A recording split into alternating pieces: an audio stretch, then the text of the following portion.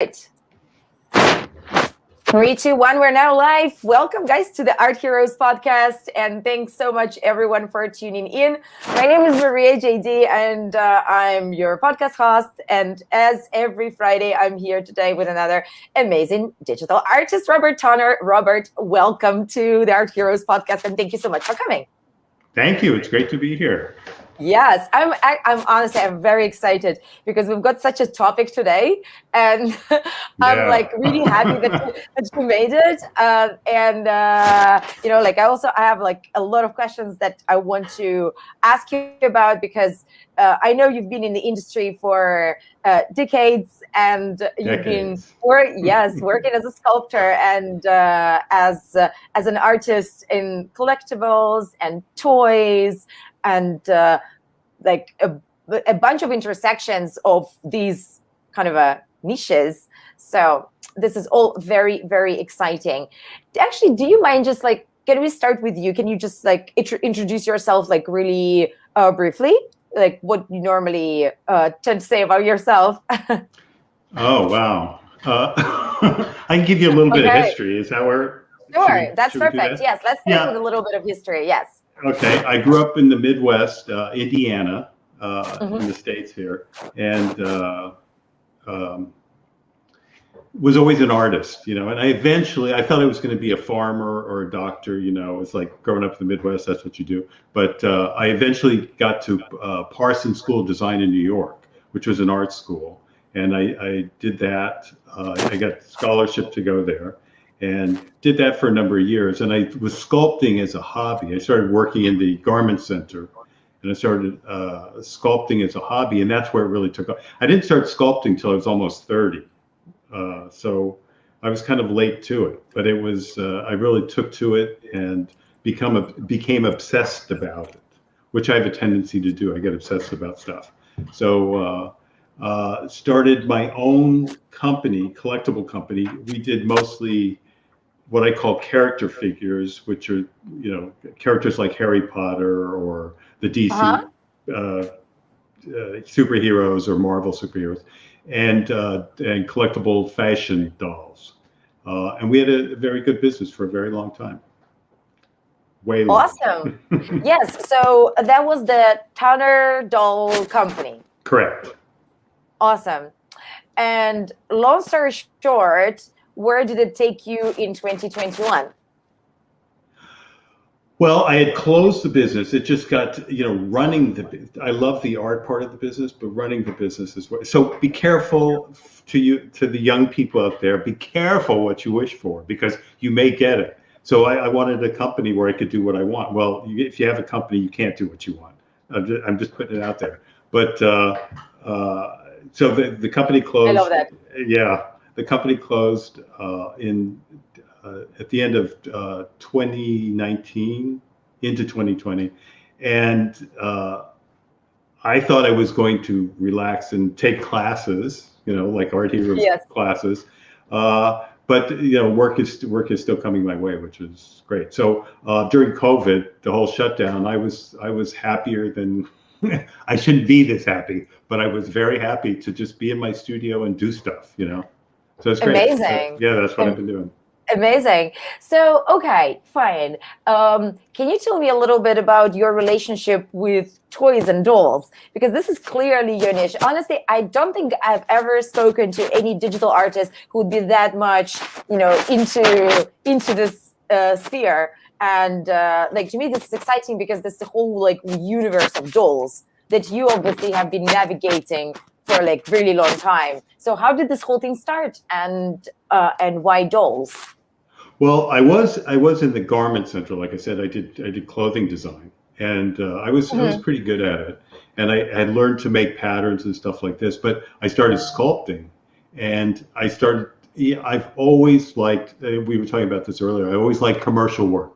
So the things I was sculpting looked like commercial dolls and toys. So you put a sculpt together with clothing, which I could do, and you have a doll. So I thought if I started my own business, I could start with that because I could do everything by myself.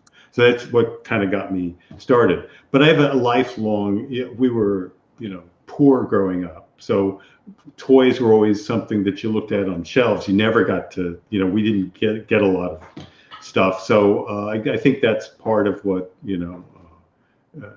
what I held on to over the years and why I liked all that kind of stuff.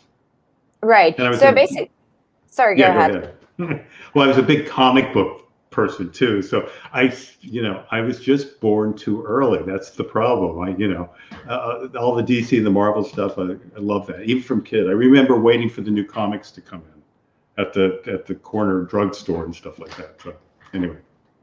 No, that's really cool. And so with the toys, you started sculpting like traditional sculpture, right? Like, I mean, we're talking about like pre-digital time in art when you sculpt anything and like you use like actual like clay, or what was your... Well, I didn't know what to use in the beginning, so I started. Went to the craft store and I got this stuff called celluclay, which was paper mache, and I sculpted a head. And it was, so I put it on my desk and it started to rot. It started to smell. It was awful. So I thought I'm really not a sculptor. And it wasn't until a year later that I found Sculpey. I was in an apartment in New York City, so I didn't have a lot of space. So Sculpey, which is something that you can oven fire. You can fire it in your oven. Like bake, Yeah, bake it. And that's what really started me sculpting. Then I could make things that were, stable and sturdy. So. Right. And yes, you go ahead.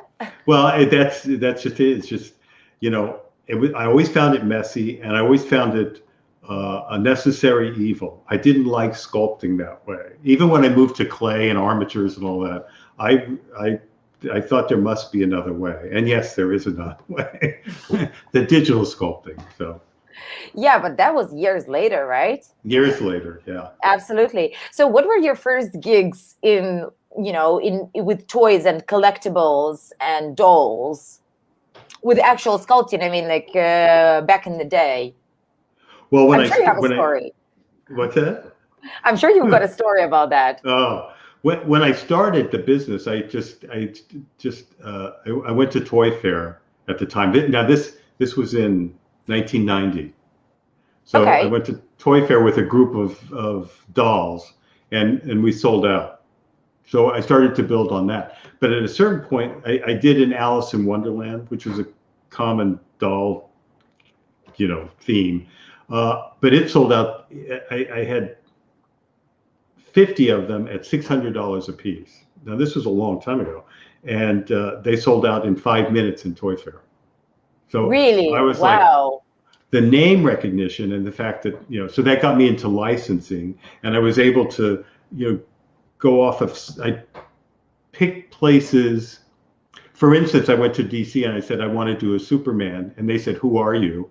And I told them I'm a little maker, and I'm, and they said, no. And I said, but I want to do a porcelain Superman, and he's going to retail for $500.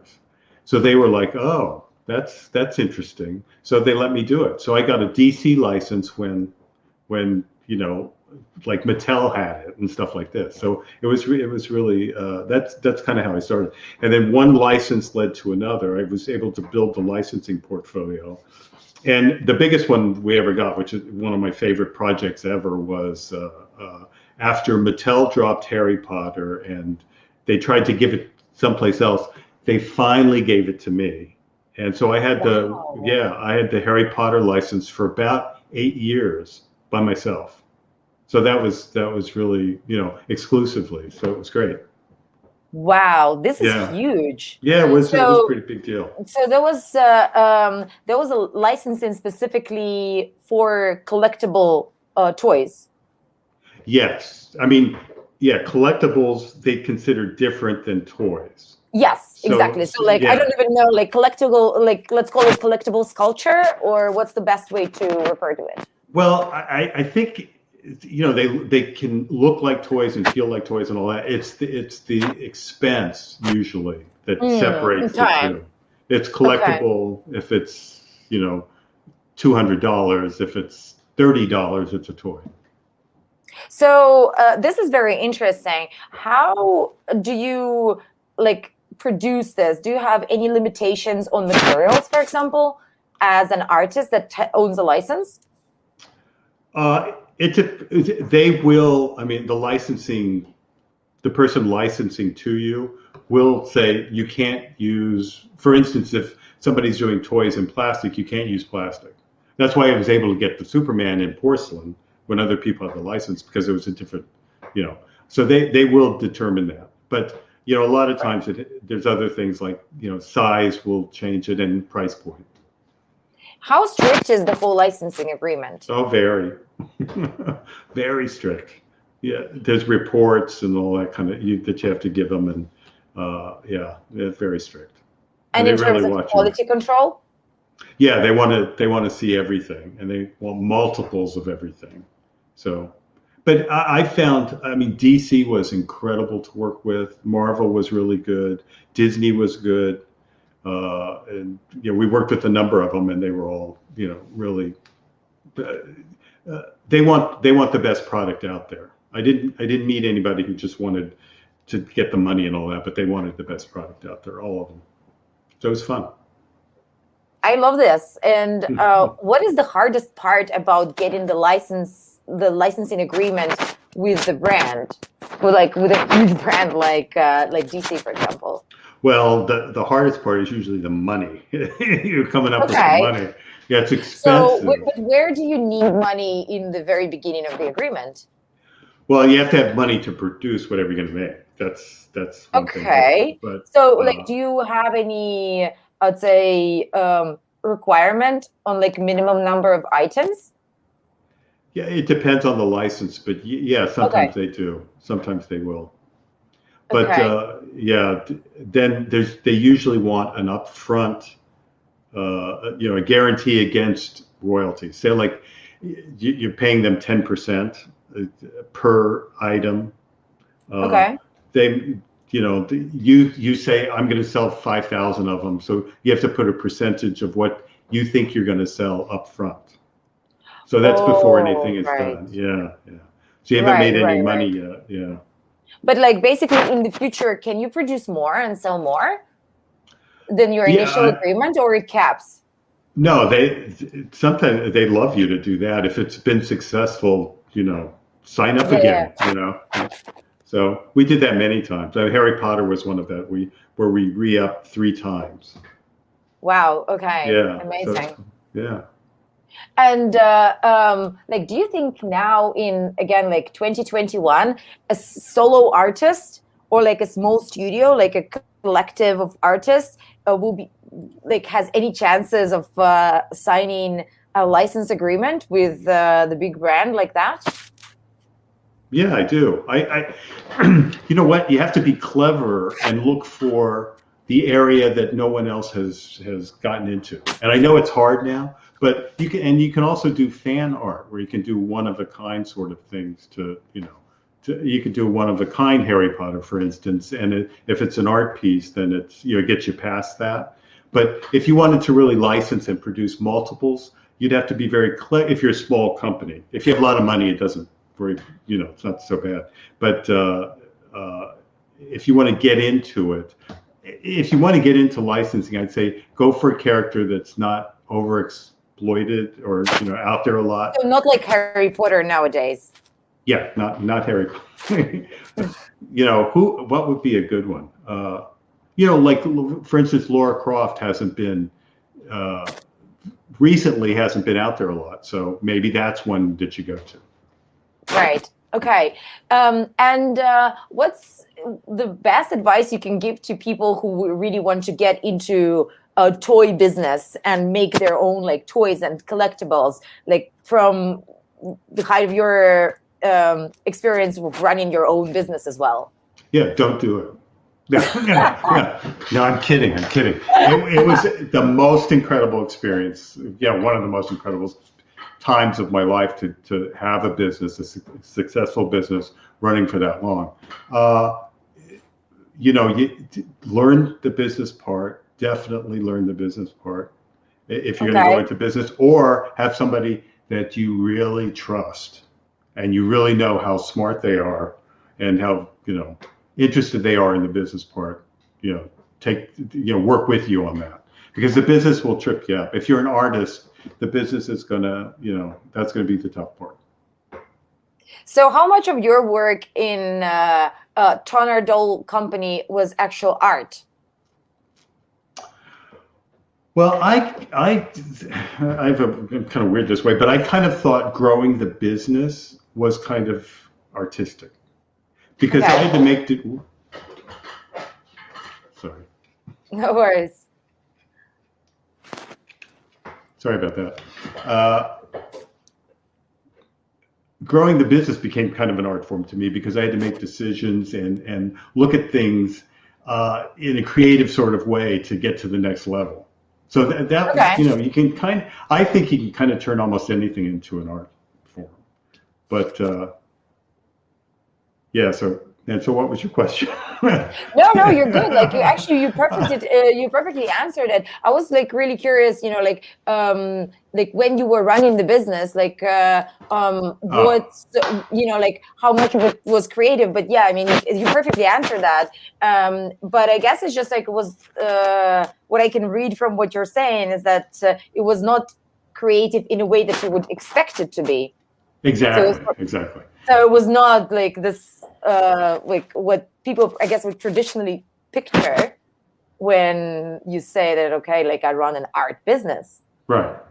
I thought if I started this business, I could hire people to do everything, and I would just sit in a beautiful studio somewhere and do my art.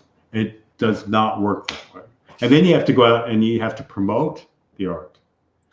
Believe me, I'm not complaining about any of this, because it was fun, and it continues to be fun. Yeah. But it's not exactly, if you want to do that art thing and you want to sit in your studio, that's probably what you should do, is be the artist and do your one-of-a-kinds and all that. And don't try to worry about building a company. But if you want to build something bigger, yeah. So interesting, like seriously. And so, okay, like you said that the most successful project was the Harry Potter, right?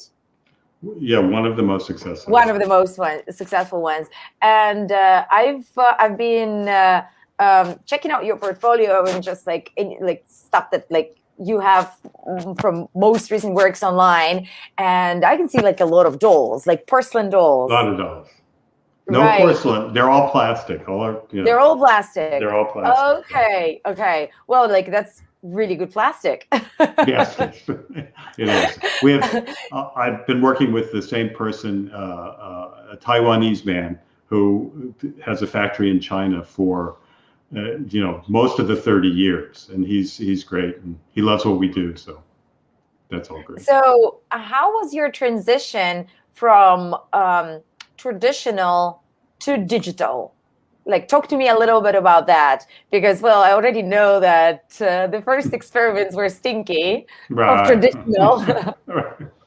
So how did you manage this, and how did you learn, like relearn or unlearn? I don't even know where to start my question. No, I get you. It's like I was taking a course in where was I? I think it was in California. It was in California. I was taking a sculpting course, anatomy sculpting course. Great course. Andrew Cause was the teacher, incredible teacher. And these guys from these young upstarts from ZBrush came in to show us a little bit about ZBrush. And I was like mesmerized that you could do this on a screen with a computer and all this kind of stuff. But I just thought, well, never, I'm too old, I'll never get this. And this was many years ago. So I thought, but a few years went by, and the ZBrush got more sophisticated, and I got more sophisticated about what I could, what I knew digitally. So I gave it a try, and it was, it just changed my life. The steepest learning curve for me, I mean, it was a long time learning, but once I got it, there was no going back. I love it. So you totally learned it by yourself? Well, and YouTube. And YouTube. Yeah, that And counts. YouTube. Yeah. Yeah, around here. I'm in New York, so most of that digital work is out in California, from my Yeah. understanding. Where people learn it.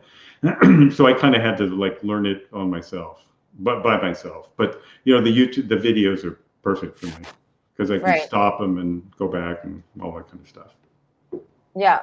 So, and currently, what's your like toolkit like? What do you use for work for everything that you do digitally? I mean, I imagine everything is digital, right? Nowadays. Yeah, pretty much. Yeah. We used to have to send. I'll make this quick, but I used to have to send a wax model to China and pray that nothing happens to it on the way over. Oh my So God, that seriously? so that they could What make what what molds. what are we talking 90s? Yeah, and it's into 2000. I was still sending wax models over.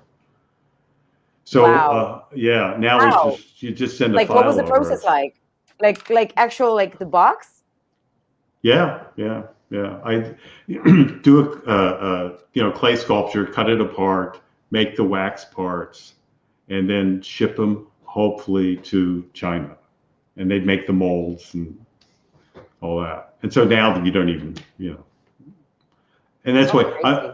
I'm a lazy artist basically because I don't want to clean up and all that kind of stuff. So anyway, that clay and all that stuff, it was a necessary evil, but this is much better. So right now I have a Cintiq that I do my Yes. artwork on. I have a gaming computer. I don't know what kind of computer it is, but it's got a lot of power to handle all the graphics. And what else do I have? I mean, that's basically my sculpting. And then I have a digital printer, a preform, which is great, where I can test out things. And then I just send files over. So it's great. If I want to make a sample, I can print it out here and then paint it and dress it here and then send it out. So Wow. that's all I have. Very simple setup. Yeah. And I imagine like ZBrush is your major tool. Absolutely. Yes. And in terms of I don't know, like steps of the process, like you still like as an artist you create like a model from start to finish. So I mean from a concept to like a finished product, or you only do the sculpt, you don't texture. Oh well, when I'm printing stuff out, and it's a real physical, like Yeah, yeah. I don't really do sculptures. That hasn't been. I'd love to do them, but it hasn't really where they're dressed and it's just a painted figure. I haven't done that. I've mostly only done clothed figures, whether it's boy stuff or girl stuff, meaning dolls or action figures. Uh, so it never gets into having to just sculpt clothing or texture that or get it ready for painting. So I just get the sculpt out there and then dress it, and that's what Yeah. that's yeah. Yeah, but like and dressing. So dressing also like is a digital process. No, that I do old Okay. school. Yeah, I make little patterns and all that kind of stuff, and they have to sew up the little outfit. But I've known how Really? to. Like an actual outfit. Yes, hand sew, all that kind of stuff. Yes, Wow. that's Okay. all my samples start like that. If they're going into production, they have to start like that. Mm-hmm. And can you maybe give me a little bit of a roundup and to me and to everybody who's listening to this of the whole like dolls industry? Like, do you see the future in it? And like, how big is it? Like, just like in general, like dolls. Well, at one time it was huge. It was very in the 90s, especially. It was huge. Everybody was buying dolls. I don't know why that was, but I've seen then it really tanked. I mean, it really went, like baseball cards and Beanie Babies. Dolls just. But I'm seeing things start to come back because there are not a lot of makers. And when I was when I was in the business and making dolls, I saw all these incredible sculptors, and I wondered why they didn't make all those incredible sculptors out there doing work, and none of them made dolls or were hired to make dolls, and they would have been great at it. So I don't know, but yeah. So. Do you think there is a lot of work for digital artists in like dolls space? No, because I've got it all wrapped up. Amazing. No, there always is. A good sculptor is a good sculptor. They're really, if you're good and you're open to learn it, it's there's always a good new product. There's always room for a good new product. Yeah. So, and you mentioned in our chat, like just before we went live, that you always work on like currently like client work and also on your personal work. So how is this different in your case? Well, the client work, they give me specific things. That they'll give me a drawing, or in the case of Sideshow, say like maybe I'm not telling you what Sideshow's doing, but sure. They might give me a celebrity to do a portrait of or something like that, and I work off of their specs and their what they need, and that's kind of fun for me. So I don't have to decide. I just go for it. Yeah. My stuff is that I have to envision it from the beginning and bring it to the end, from the start to the finish, which is also fun. Yeah. I totally see this, like how this is like slightly different type of scope, but still like same like type of product. Yes, exactly. So when it's your personal stuff, I mean, I can imagine like when it's client work and the client pays you for the work that is done, how do you get value from your personal projects? Sorry. How do I get revenue? Is that what? Yeah, so like get value. Yeah, like kind of where's the monetization happening in your personal projects? Well, when I was doing the doll business, I developed my own characters. So I had the licensed characters, but I also developed my own characters. They have backstories and they have relationships and families and all this kind of stuff. So there are still collectors for those characters. And so I have people come to me and say, can you do this character for me? And I'm working with a woman now in Colorado she's a young woman who's an amazing person. Doing what they call a virtual doll convention. And so she puts on a doll convention. It's all virtual, and she basically has contracted for everything I make for the next couple of years. So that's really good. So as much as I can make, I can sell her. So it's all good. It's all good. Wow. But I didn't think I'd be this busy. That's and I'm not complaining. Yes. Well, I mean, it's amazing to have a client like that. Yeah. Just like, give me anything you make. Right. This is great though. I actually like I think this is something that I don't remember reading about hearing in your other interviews about your collection of characters. How did this whole idea start, and how did you come up with this? Well, I mean, there's history for it. It's like, for instance, the American Girl doll, it's a doll with stories.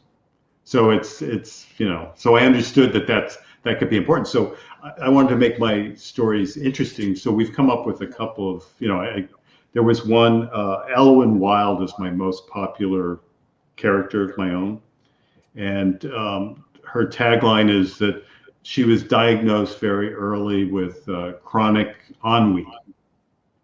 So that's how I build the story, and their friends and all this kind of stuff and everything. Although I'm selling dolls and clothes, I'm also selling the story. Yeah. That's been great. Yeah. So, and then this whole universe grew a little bit, and now there's a lot of dolls. Yes. How many are there now?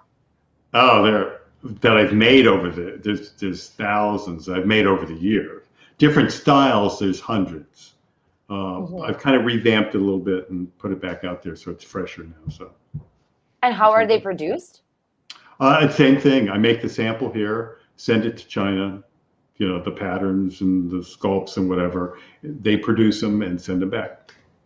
And I mean, like, how many of them are of each item are there? Oh, we do, between 200 and 500 of a style. Right. So, not a ton, but enough to keep me busy.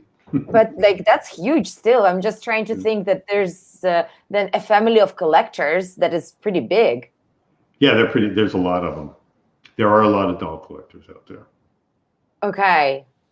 You see, this is like really what I love about I guess digital world, because this part of finding this micro families of people like doll collectors and I don't want to say superhero collectors because that's not a small family, but like people that love specific type of things, and like collectors industry is huge, like just amazing. It is. It absolutely is. It is huge. Yeah. That's what's been fun too for me, is like, getting to know, because not a lot of doll people step over into this world, which is the wonderful work of Sideshow and all those companies. The boys' toys is what I call them. There's not a lot of doll people, not a lot of crossover, which is kind of interesting to me. But it's great to meet some of the sculptors and artists that I met some incredible people, and made some nice friends. So it's good. Awesome. We have a question here from the audience, and Ruben, who's also our student, our heroes, doing likeness, I think, program right now. Hey, Ruben. Yeah. Yeah. So he's asking, how easy or difficult is it to get your own designs to be bought by a potential client or company? I would say not easy necessarily. It's not easy, and you have to go prepared. You have to make sure that if you're that's being a toy inventor, or you're being an inventor. So you have to go prepared with, you have to know what that business is about, inventing toys, and what to ask for and all that. I don't know a lot about that because, when I've sold, I usually do the sculpts for somebody when I'm going to another company like that. So they'll hire me as a sculptor, not as an inventor. So right. It is kind of a whole different thing. But yeah, I mean, I know people who invent all the time and make a good living at it. So yeah, Ruben, if that's what you want to do, try it. Yeah. But I think it's good that you mentioned it, but it sounds like it's a different model, right? Because, for example, what you've done is either sculpting based on existing concepts, or creating your own design and then selling it, but on your end. Yes, yeah. I don't go through the middleman of having a company and the committees in the company go through my product. So I get I get it out to the market the way I want it. Yeah. So how do you normally get it, like out to the market? Like, you already have all the connections from before, from like working in this world? Yeah, we used to do things like mail out catalogs. So I used to build. Oh my God, I love this. Yeah. I used to build. I'd build collectors and clients. With old school sort of outreach. And now it's so much easier and better, I think, to be able to digitally do stuff. You can be anywhere and sell your product. You don't have to go to New York. You don't have to go to LA. You can be anywhere. So I think it's really cool. So in terms of for you, in terms of promotion nowadays, it's easier? Yeah, I think so. Comparing to before, comparing to mail out catalogs. Yes, much easier. This way, you put up a picture, push a button, and you're selling your doll. The old way, you have to wait for we used to know when the catalog dropped because of the increase in sales on the Monday that after the catalog. Yeah. Man, this is amazing. Yeah. Yes. I love that. So this is really cool, and I really like also that you put a clear parallel here in between the design and the product. So I really see how you basically call the character a product, which is Right. which it is. It is. Obviously, yes. And we're not just like designing like a form, like just like something artsy. It's an actual product. You're an inventor. You're an inventor of a character. I really love this twist here. Like, yes, if you want to do art, I suggest do art. I mean, if that's what your goal in life is, to do art, and if you can get commercial work along the way, more power to you. But running a business is a whole different. yeah. Is a whole different thing. And Wow. doing commercial work, doing commercial work is a different thing too. Yeah. So how do you normally identify, Robert? Do you call yourself an I know I asked before, but still, like, would you identify as an artist, as an inventor? Like, after all this conversation, I'm even more confused. Yeah. I think I would. I think I said to you, digital artist. Digital artist, yes, that's what you said in the but beginning. But now, I'm a sculptor. I wish I was a digital artist, but I see the people in the classes that I've taken from Art Heroes and others, and the people that are out there. Some of the work I've seen out there. I'm not a digital artist like they're a digital artist. There are some amazing people, a lot of them too. So it's yeah. So I'm a sculptor. I'm a commercial sculptor. Oh my God, like this is becoming more and more interesting. I love this. All right, Robert, as we're wrapping this up, I've got like another thing to you. So we have a tradition at Art Heroes podcast, and there's 10 questions where you're allowed to answer with like one short phrase. Could be like several words. All right. And I'm ready when you are. That's hard for me. Okay. Hey, that's fine. No. I like to talk, so it's like. Believe me, that's fine. Well, you're allowed to talk if you really want to. But yeah, ready? All right. Yeah. Okay. Let's do it. Fine. Okay. So, what's your number one tip for combating distractions when working from home? Oh, you got to have a quiet space. You must have a quiet space of your own. That's right. And I close the door, and that's how I do it. Can't agree more. Seriously, yes. What's your favorite tradition or holiday? Tradition or holiday? Yeah, tradition or holiday. Like, what tradition? I think probably Halloween is my favorite holiday. Yeah. Didn't used to like it, but it's the whole dressing up thing has been it's been fun. Yeah. Yes. Do you dress up? Yeah, sometimes. My favorite one was Doctor Strange. That was my favorite. Amazing. Yeah. Cool. So what's your favorite way to get in some exercise? Oh, I exercise every day. You got to do that. What do you do? Well, I 3 times a week I run. 3 to 5 miles, and then on the other days I work out. I have a trainer. We do weights and that sort of stuff. Wow. But I think that's crucial. You got to take care of yourself. Yeah, I agree. Yeah, definitely. Yeah, I also like make an effort in every morning, but I think it's just so much worth it. Like in the long run, even in the short run. Yeah, I want to be around to do more of this stuff and to learn more. So I got to make sure I'm healthy. So 100%. Yes. What's your most used emoji? Oh, smiley face. That's all I. It's like that's the best I can do. Sorry about that. Love the honesty. That's the best they can do. Okay. What's your source of inspiration? Oh, that's interesting. You know what? It's just like this overall mind suck where everything I see kind of gets filtered down into inspiration. It's just it's hard to explain, but I don't go to the museum to it's everything I do kind of like just gets brought down to an idea. It's hard to explain. Yeah, awesome. No, so it's just like life around and everything. Yeah, totally legit. Cool. So what's the best piece of advice you've ever been given? Oh, let me see if I can put this right.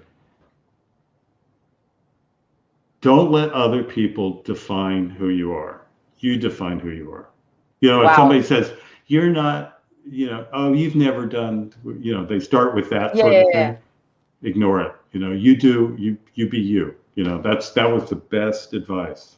Yeah. I absolutely love that. This is like, yeah, real stuff. And how do you celebrate little victories? Well, it used to be a glass of wine, but I'm trying to cut that back. I just go back to work because that's what I get excited or go for a walk. Usually go for a walk, actually. All right, cool. If you could see one movie again for the first time, which one would you watch? Oh, Limitless with Okay. I'm just taking a oh, note. who was in it? Limitless. I don't know this one. Bradley Cooper. Bradley Cooper. I Was love in Bradley it. Cooper, but I have not seen Limitless. Okay. Yeah, I don't know why that hit me, but I love that movie, and I could watch that over and over and over again. I'd love to see it again for the first time. Love that. Okay. And what's your backup career? Oh, I'm really not good for anything else, but I would be a baker, I think. Stress baker or the normal type? I think, oh, that's funny. Probably stress baker, but I would probably be the normal type. Okay, good. And the last question will come from the audience. There is Sure. Michael who is asking, is Hey, it Michael. possible to get a job only by doing sculpting or knowing texturing lighting is a must? Let's see what Robert says. No, I think you could absolutely get a job sculpting. Especially, I did a big project at the end of last year, which was, I mean, it was a huge project. I had 60 sculpts to do. It was for a toy company. They don't care. They just want the sculpts. So it was great. If you can take something and sculpt it, you know, or if you know, they could hire you to do your own, you know, your own character or whatever. You don't have to texture and render. You can have somebody else do that for you if you needed to show that. But no, I think you could be a sculptor without knowing all the other stuff. Right.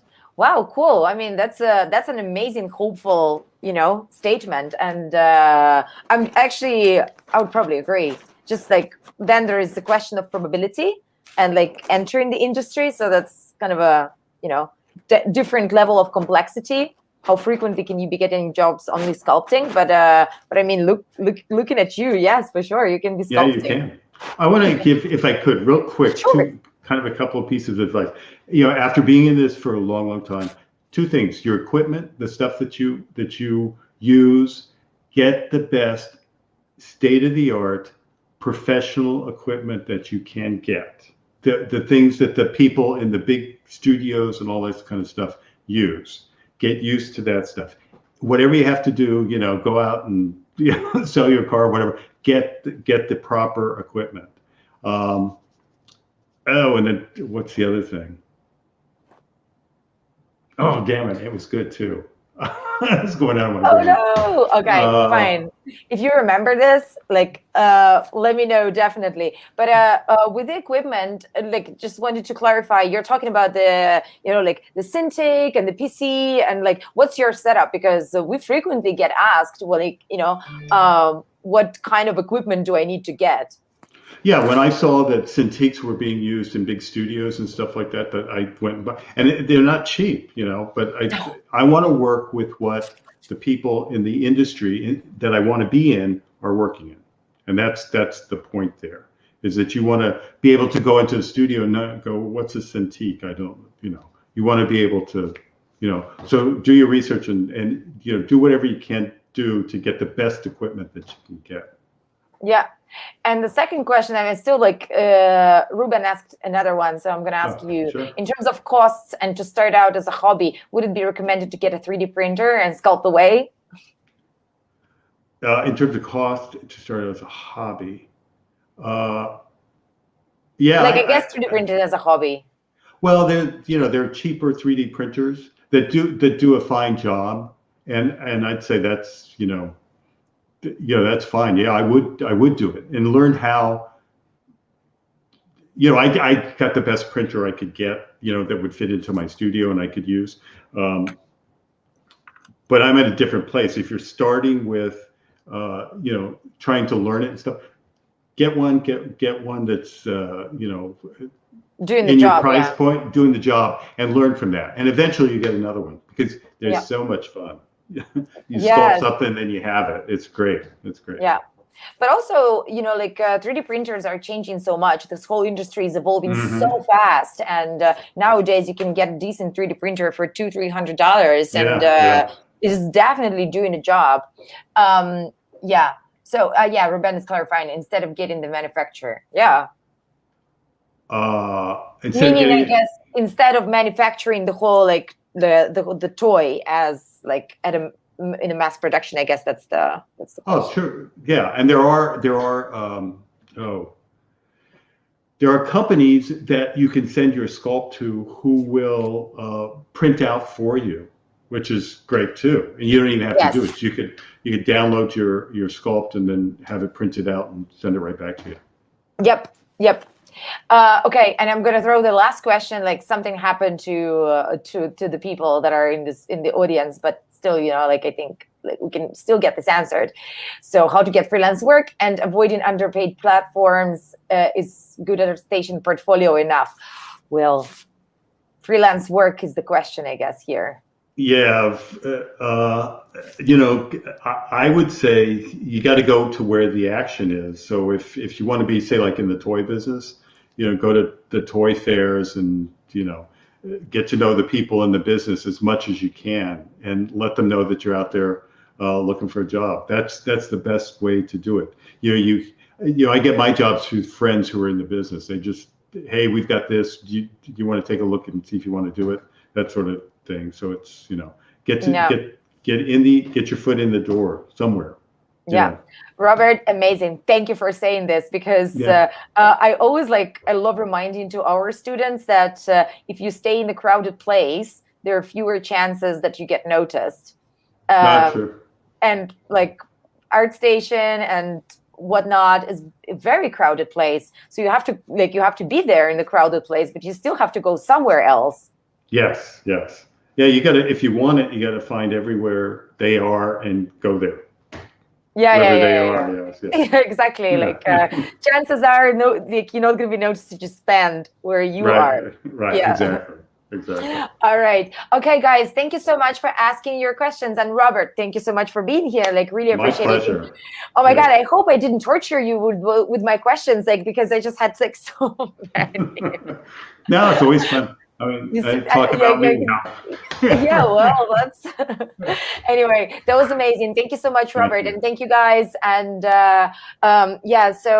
welcome to pop back in about a week from now. And actually, next week we've got a special episode. Next week, you're gonna see me solo, which is very surprising because we've got a special announcement episode, and I'm not gonna disclose much more because next week, we're just gonna see what's gonna happen next. We're changing things up, and I'm gonna talk to you about what's coming next Friday next week. So that's it from me today, Robert. Thanks again, and I'm gonna end the broadcast right now. Thank you, guys, and Robert, have a lovely day. You too. Take care.